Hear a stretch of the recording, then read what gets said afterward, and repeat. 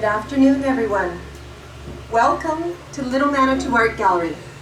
My name is Sarah McCann. I'm the owner of Little Manitou Art Gallery. My partner Clayton Cave's out there working on sound for us. Thank you. I am very pleased to welcome you here today. At moments like this, I like to encourage us all to just pause for a moment. Take a deep breath and really acknowledge where you are on these beautiful shores of Little Manitou Lake, which has been a meeting place for people who gathered to honor health and wellness and enjoying life. This is Treaty 4, Treaty 6 territory, and I acknowledge both those territories because this lake was important to both of those negotiations. Our closest neighbors are Treaty 6, and we often are pleased to host events that collaborate with our neighbors.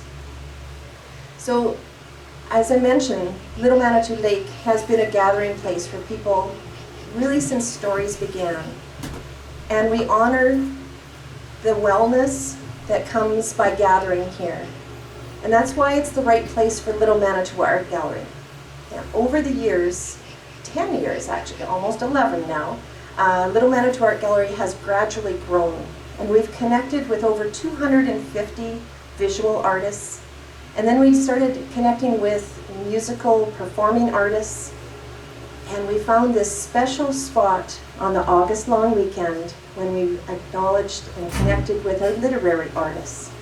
So this is the 4th year that we've had WOW Manitou at Little Manitou Art Gallery.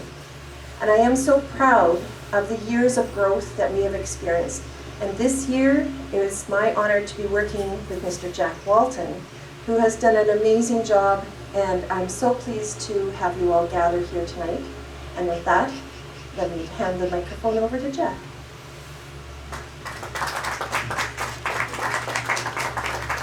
Thank you, Sarah. And thank you for over 10 plus years for developing this and having a vision that really continues that tradition of gathering and celebrating life and healing, and especially through the arts. So thank you, Sarah and Clayton. Just wanted to give you a little bit of background on where we are with all the work that Sarah has been doing in developing a literary event here. It's there's been a one-day event for the past 4 years, and this is transforming now into a 3-day festival, which is a major step. But we've put together a program this year that will enable us to both access funding and the type of support that we need to really celebrate the literary arts by this expansion to a 3-day festival. So I'm really happy and honored to be working with Sarah and Clayton. And I originally came here just as a musical performer to play a gig, and like everybody that walks through that gate for the first time, it's like, wow, what is this? This little oasis on the side of the hill in Manitou, and really happy for all the work that's been done. So the program today is, we had a songwriting panel session earlier on today that melded some poetry and some songwriting and backstory on lyric development, and we had a good time with that. It was wonderful with Brian Paul and Diane Beckett and Bruce. I've just forgotten Bruce's last name. Stevenson, yes.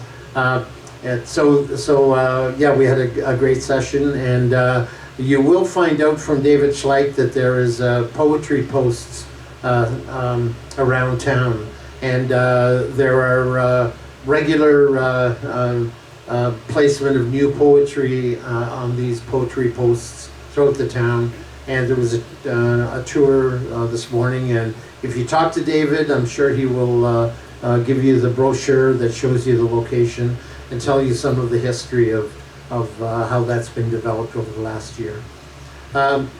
So we now move to this part of the program, and I'm really happy to be introducing an amazing writer and educator who I've now say I can also say he's my friend, and we've developed a relationship by gigging together over a project called Kerrville, but I'll tell you more about that later on.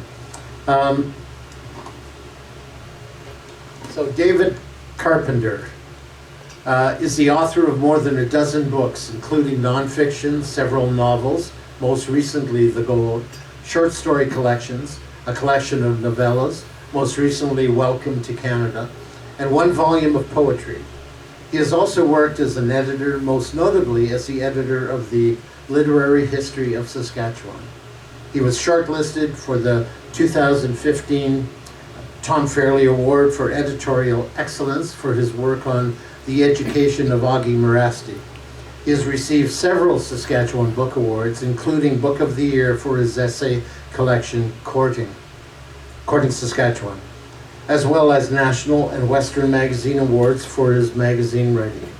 David taught for many years at the University of Saskatchewan. He is an avid fly fisherman, a nature-obsessed hiker and conservationalist. He lives in Saskatoon. Would you please welcome David Carpenter?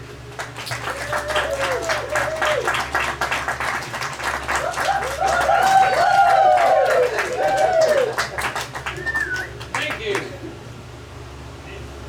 It's a beautiful place, isn't it? We wandered into the little alcoves around there. There's a place for every storm. There's tents and shacks. It's just a beautiful venue.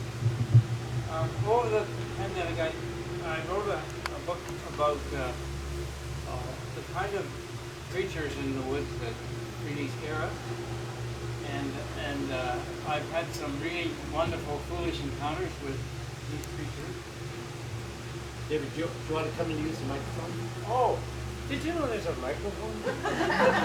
They could have told me. And you thought it was my beaming voice? I did.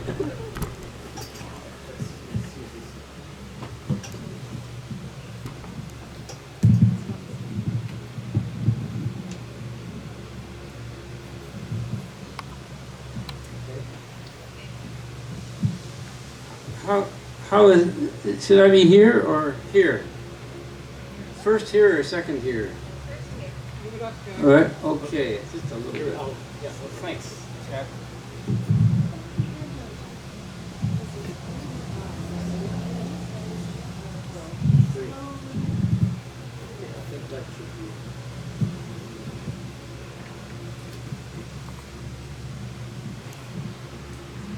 As you probably know, I'm technologically quite astute.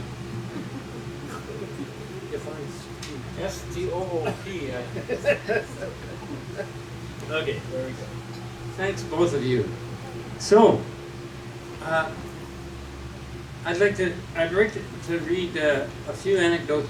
Approximately how many minutes do I have? How long do you want? Well, 2 hours will do it. Okay. No. So, in honor of Jeanette Lyons, I'm calling this book, I Never Met a Rattlesnake I Didn't Like. Jeanette is known for her love of wild creatures in the bush and... Oh, for sure, absolutely. Yeah, yeah. So I'll start with, I'll do 5 short anecdotes, and we'll start somewhere near Tucson, Arizona. We purchased some books on hiking trails and wildlife. When it was Keever's turn to drive, Keever is my gal, she's right there. When it was her turn to drive, I read my way through southeastern Arizona, binging on spiders and insects. Tarantulas were apparently harmless. In another book, Venomous Animals of Arizona, I discovered that the tiniest of scorpions were not harmless. In yet another book, I read that the emergency procedures for getting bitten by scorpions, Gila monsters, spiders, wasps, and coral snake bites always ended with the same advice: transport victim to medical facility.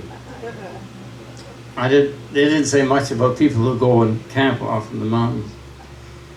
You may wonder why I wasn't reading up on rattlesnakes.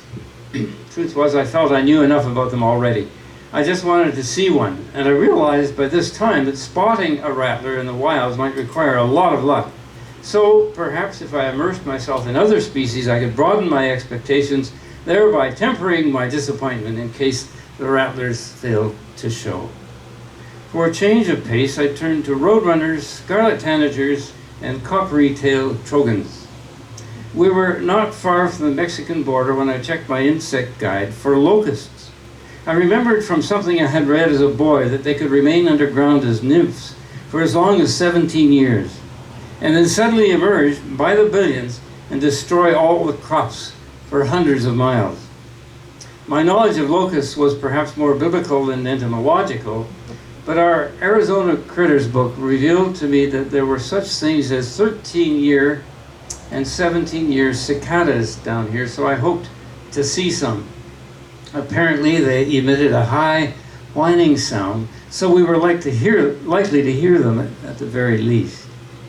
Armed with these factoids, ready for my first coral snake, my first Gila monster, my first tarantula, I set out with Kiever on our first hike in Arizona. We camped in the Chiricahua Mountains, and we had discovered a game trail that led uphill into a narrow, craggy gulch. We toiled up this rough trail for 2 or 3 kilometers, and the only wildlife we encountered were dozens of small lizards. Then we heard a sound, a high, cheering call from the rocks along the trail ahead. A cicada was beckoning me. I got down on my knees, nose to the ground like a true bug sleuth, and peered around the rocks. Near a rounded rock beside the trail, twice the size of a stone hammer, I heard the cicada again, very close to where I was crouched.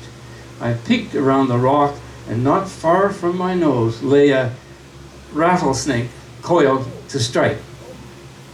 I don't remember standing up or jumping back. I simply found myself panting and still crouching a good 6 feet from the rattler. It was a very small snake, perhaps only 30 centimeters, and light brown with a twin set of spots all down its back. Its rattle was a tiny affair that emitted a sound like that of an insect. The region in my brain where words issue had become wordless. All that remained was a giant neon sign saying, "Wow."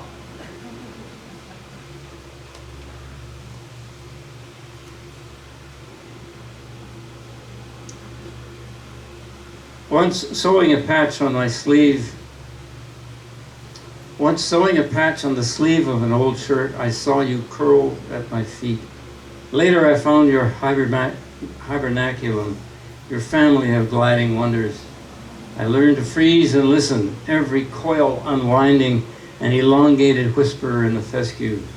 You and your sisters wove down the slope around my sandals.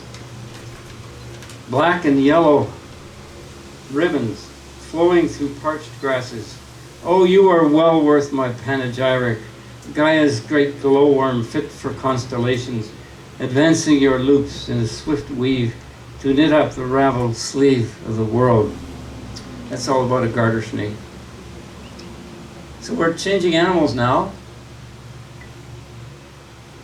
Now, Kiever and I have just crossed the border from Louisiana into Mississippi, and we're registering a place to stay.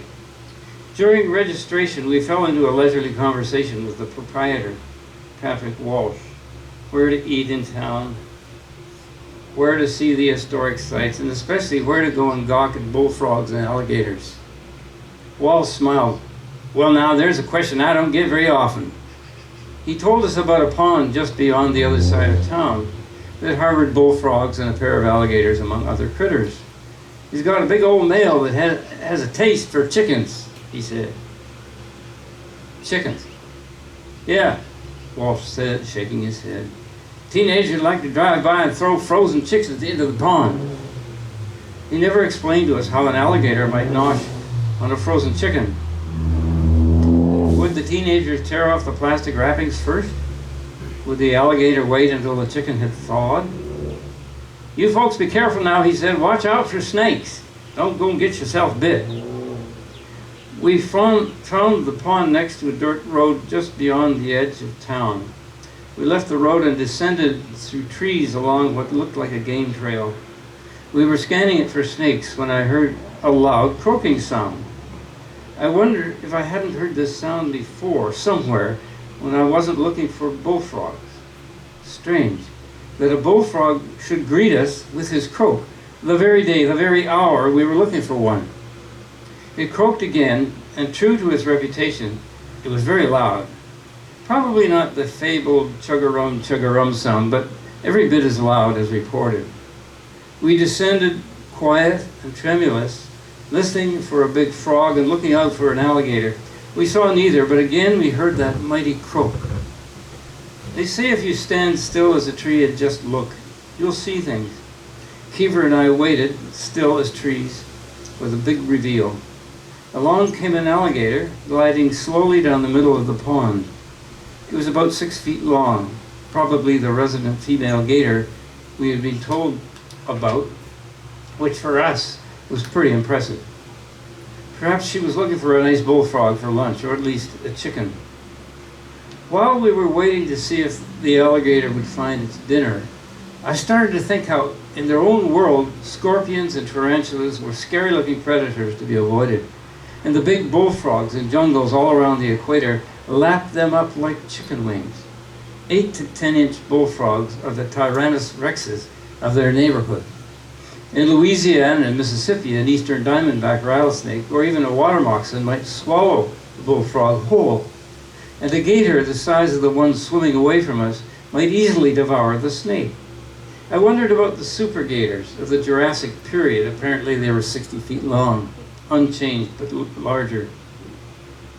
I wondered about them, how poorly they might fare in a tussle with a Tyrannosaurus. How strange this ancient cafeteria called nature. We moved on and I heard a croak again, but from much closer. It was not really a croak, much less a chug-a-rum, but loud enough to send vibrations out into the air and tiny ripples on the water. It brought us both to attention. We crept forward near the edge of the pond, but not too close, knowing at last that this was no bullfrog. And there he was, lying in the shade across the pond, all 12 feet of him, dark green with ridges running like ancient mountain ranges down the full length of his hide. A survivor from a line that led back before all sapiens, all hominids, all mammals, to the steaming swamps of the Cretaceous period. An ancient brute lying in the shade and giving voice to his ancient appetite. The alligator was going nowhere, but he seemed to know that we were the ones who had broken in on his slumber. Perhaps he was simply bellowing at us to back off. Somewhere between fear and reluctance, we backed away from the pond and we lost sight of the great reptile. Chickens? I wondered. A steady diet of frozen chickens? Probably anything of any size that strayed too near. A deer, a possum, a wild piglet, a bullfrog, or a Canadian simply looking for his first bullfrog.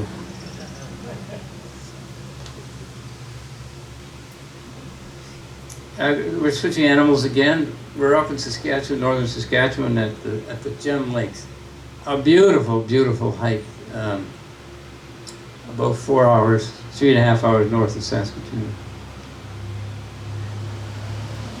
Some of you will know Warren Carreau.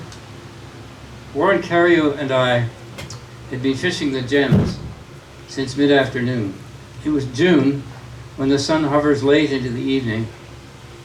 We had lugged our belly boats around the shores of Big Jade, flapped our flippers through Little Jade, hiked from the end of Little Jade to Diamond and Opal, and fished them both. By the way, a belly boat, many of you will know already, it's like an inner tube with a crotch piece. You wear life jacket, and you wear these neoprene waders from shoulder to toe, and you've got enormous frog feet. You sort of look like a pregnant frog princess, I think. And I don't recall what the fishing was like. I only remember that when the sun went down and the twilight descended, we were both pretty tired, and so we began to belly boat and portage our way back to where we had first entered the system. I think Warren was in front of me, but I don't remember. What I do remember is this shape that appeared on the water, moving through the obscure light towards me. Not a waterfowl, but something larger. Belly boats are inflated float tubes made of rubberized fabric, and therefore I thought fair game for sharp objects. The claws of a black bear, for example, or the incisors of a beaver. Let's face it, all animals, including humans, are capable of territorial behavior, especially at night. Even the herbivorous, industrious, boring beaver gets territorial when the sun goes down. But these were just night thoughts. A mist had been rolling out over the surface of the pond, obscuring the outlines of the creature as it came nearer. Then, from a distance of about 3 meters, I heard a burst of nasal snuffling that made me churn my legs faster. The animal dove and then reappeared beside me, raising its head and sleek neck above the surface of the water. A mature river otter bent on escorting me away from its fishing grounds, or just checking me out, perhaps both. I glimpsed its pale throat and its prominent whiskers, and God only knows what had drawn it to me.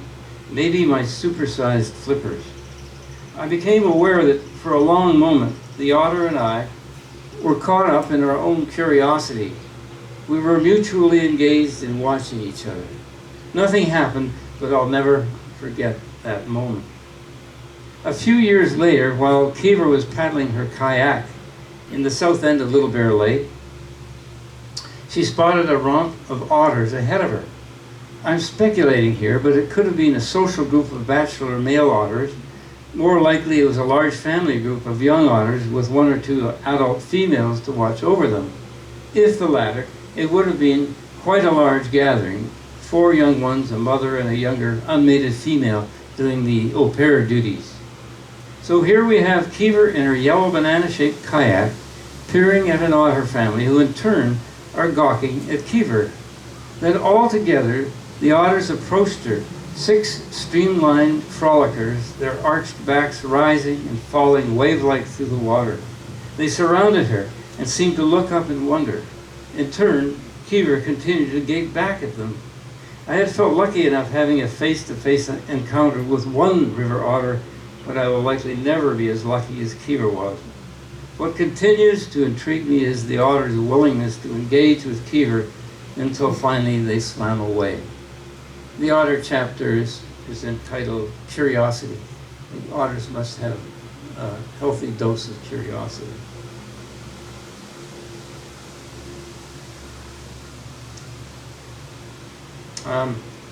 Another animal now. Remember that bravura impulse I ascribed to young men in chapter 4, Lo, the serpent, the one that leads them to harass and pick up rattlesnakes in order to show off in front of their friends? A similarly stupid impulse drives a young shutterbug to follow a mother grizzly from the highway into the woods, snapping pictures as he goes. Holy crap, she's got a couple of big cubs. Let's get a close-up. The grizzlies just want to forage in peace, but irrepressible Sydney Snapshot dares himself to get closer and closer. The mother grizzly does not want him to step between her and her cubs. Even her cubs are 250-pound 3-year-olds. Irrepressible Sydney Snapshot is just one of 8 billion bewildered human beings intent on consuming every acre of land on the planet until the wilderness has been neutralized. On the other hand, this mama grizzly is a rare specimen, astoundingly beautiful, and frequently endangered, primarily by people like irrepressible Sydney Snapshot and me. My first encounter with grizzly bears was in the summer of 1962, when national parks were still using outdoor garbage dumps for the disposal of human food waste. The phrase habituated bear was not yet in common parlance. In spite of being an ardent mountain hiker, I had never seen a grizzly.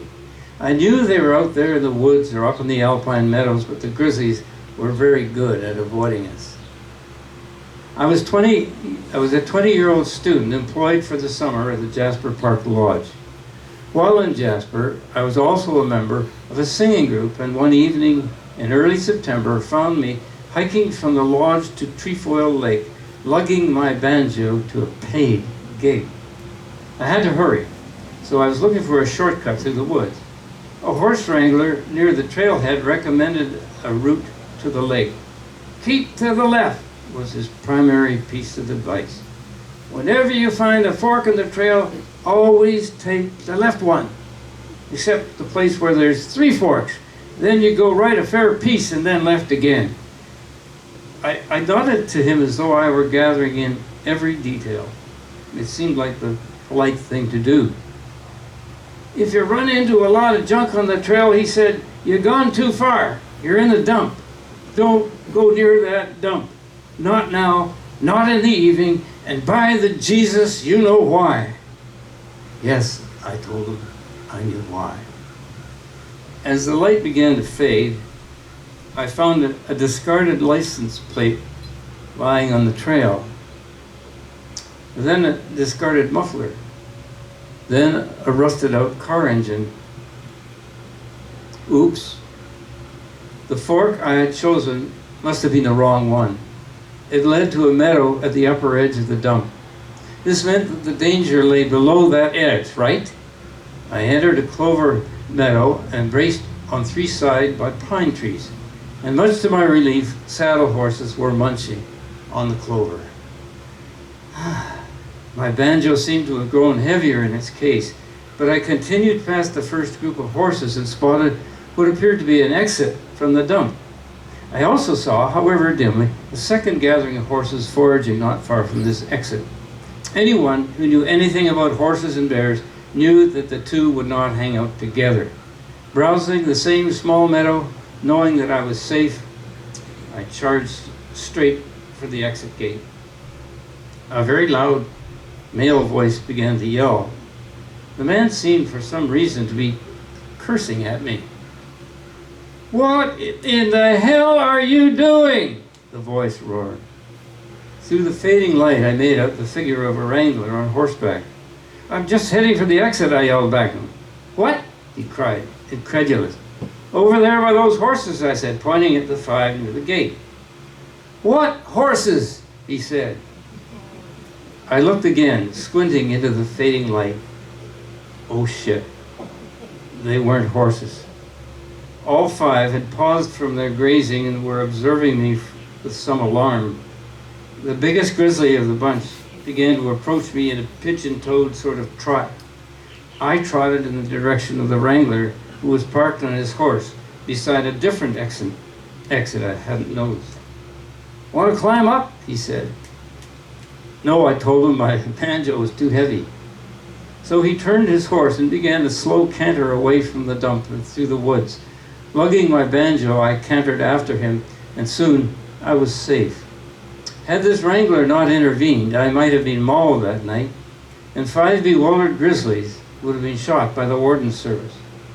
I carried that image of the 5 grizzlies the rest of the way to my gig at Trefoil Lake, and later into the Jasper Blues pub, where lodge employees liked to gather after work.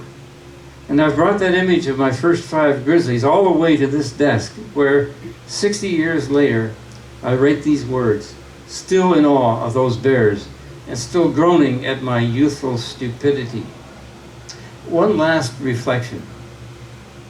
When I arrived after my gig that night at the pub, I was determined not to tell anyone of my foolish dalliance with death. a young fellow who seemed to know some of my friends joined us at our table and ordered a beer. He said, Did you guys hear about the idiot that dumped tonight?" We all leaned forward. Idiot plus dusk plus garbage dump equals disaster. Apparently, said this new arrival, some tourist came to the dump tonight to serenade the Grizzlies. Drunk as a skunk. He had a frickin' guitar. Ripley's, I swear, he had a frickin' guitar. Bunch of cowboys had to rescue him. I mention this coda to my foolish adventure because it exemplifies the Grizzlies' capacity for inspiring exaggeration, legend, and myth. Even more than black bears, grizzlies amble through our consciousness with mythic power. There's my 5 anecdotes. Thank you for being here. Oh, by the way, if you're interested sometime in buying the book, you'll be glad to know you can't possibly buy it today because it's not quite out. But Honor there has some bookmarks where you can order the book or just read a summary of it or just ogle the art on the bookmark. Yet another bookmark, free. Thank you. Dave, would you stay for a little chat? Very glad to. Okay. So, what inspired you, or was it a long process to come to beginning the creation of this book? How did you find that path? It was a very long process. I'd always been crazy about hiking and fishing and camping, and always crazy about the woods. And I have a series of notebooks about that wide that I've been keeping for over 50 years. There's always these entries about wildlife. And when the pandemic came, I had spoken to Bruce Walsh, who used to run University of Regina Press. And I said, Bruce, he suggested books I ought to read. I said, I think I'd like to write about cougars. Of course, he thought I was talking about the urban kind, but I said, yeah, I want to write something about cougars and maybe grizzlies, and I'd always loved this stuff. And he said, oh, Dave, I can do cougars. And unfortunately, he left U of R Press before we could get together on this book. But finally, I thought, I'm going to write this thing. And when the pandemic eased off a few months ago, I finished writing it.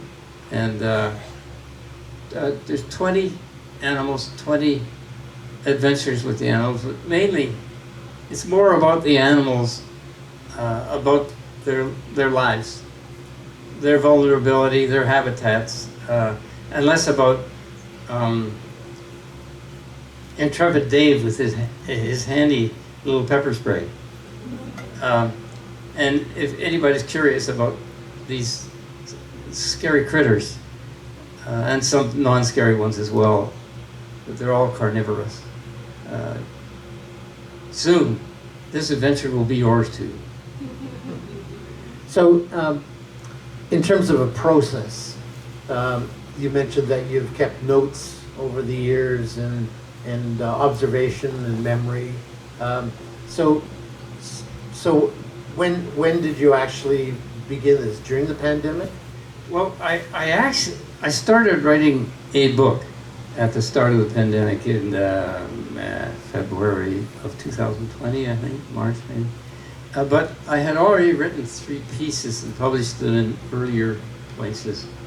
One about dragonflies, and one about cougars, and one about something else. And it was such a fun thing to call on memory and my research to celebrate these animals. So the first writing was almost 10 years ago, but the first intent to write a book came in early winter. Right. So you I know that you have a passion for conservation and preservation. How do you balance that emotion with telling story? That's a really good question.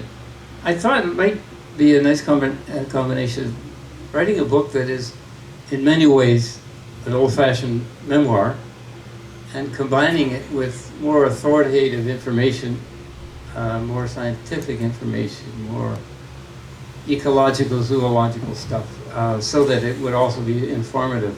I couldn't imagine writing a memoir of intrepid Dave sneaking through the woods. It would have to be a comic memoir. Well, that's a good transition to comedy and your sense of comedy.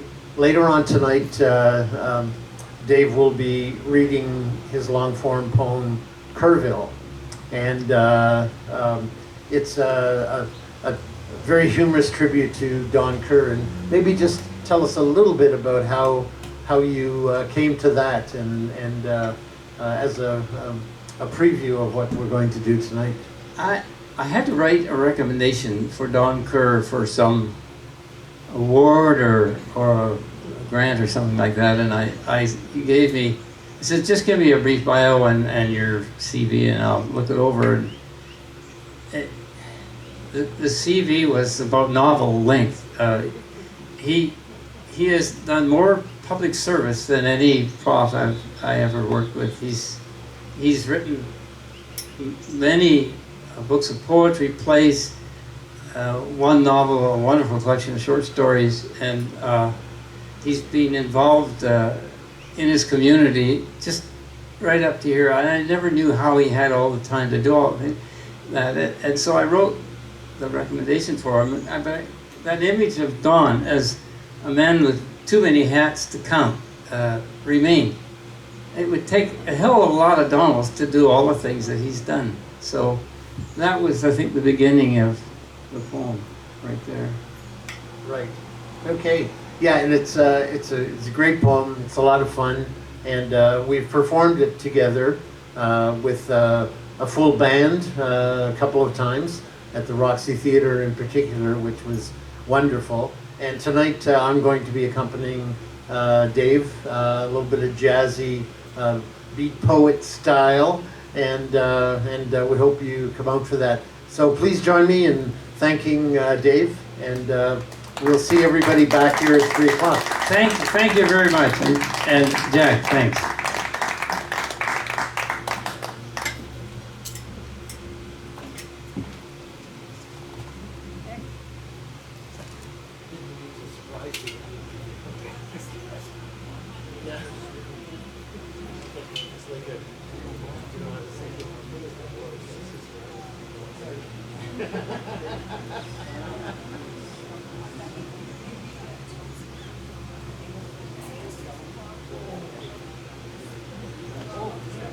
Can I just give a little announcement?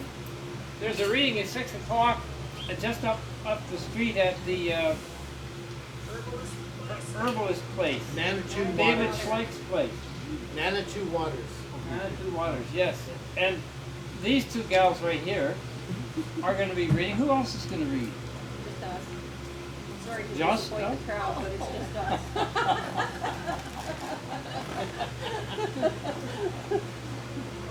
We won't disappoint.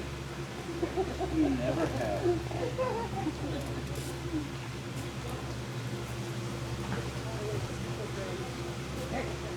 Yeah, just also at 3 o'clock, Dave Schleich will be here reading.